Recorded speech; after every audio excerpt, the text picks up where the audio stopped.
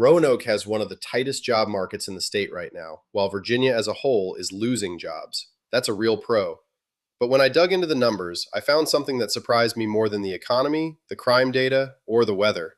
It's about two places that sit right next to each other, the city on one side of a line, the county on the other, and how different life looks depending on which side you land on.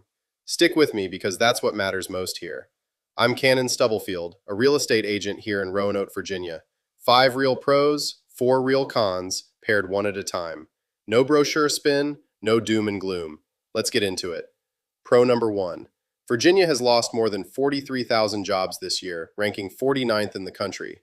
Roanoke's telling a different story. Unemployment here is 3.7%, and Salem is even lower at 3.2%. Manufacturing is driving it, including a $30 million 𝗕𝗏𝗘 systems expansion, adding 288 jobs. Here's the flip side.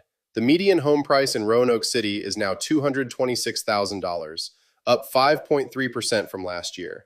Metro-wide, 5-year appreciation is close to 41%. Still far cheaper than most of the country. But if you're picturing prices from a few years ago, get a real, current budget conversation before you start house hunting. Roanoke isn't dealing with the traffic and infrastructure strain that comes with explosive population growth. City population has stayed essentially flat for years. Some years it's even dipped slightly. That means no 30-minute commute suddenly turning into an hour, because 10,000 new residents showed up in 18 months. The median household income in Roanoke is $55,378 against a national median of $78,538. The poverty rate here also runs above average. Lower cost of living helps, but it doesn't fully close a gap that size if you're coming from a high-wage market. Here's one that genuinely surprised me. Overall crime in Roanoke is down 19% through the first half of this year. Violent crime was down 28% in the first quarter alone. Use of force by officers dropped 46%, and there were 0 officer-involved shootings last year, the first time since 2016. Here's the catch. Google Roanoke's crime rate and you'll find sites ranking it well above the national average, some over 100% higher.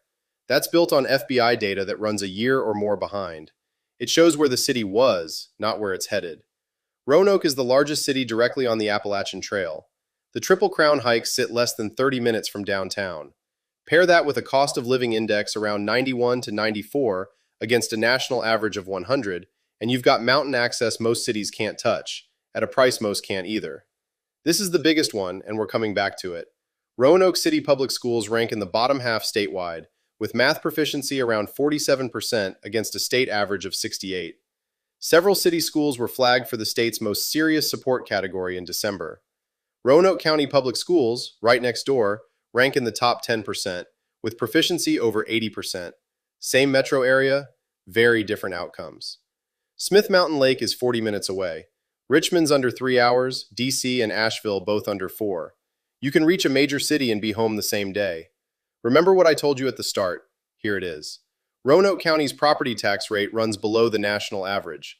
Roanoke City's runs above it. Roanoke County's schools rank in the top 10% of the state. Roanoke City's schools rank in the bottom half.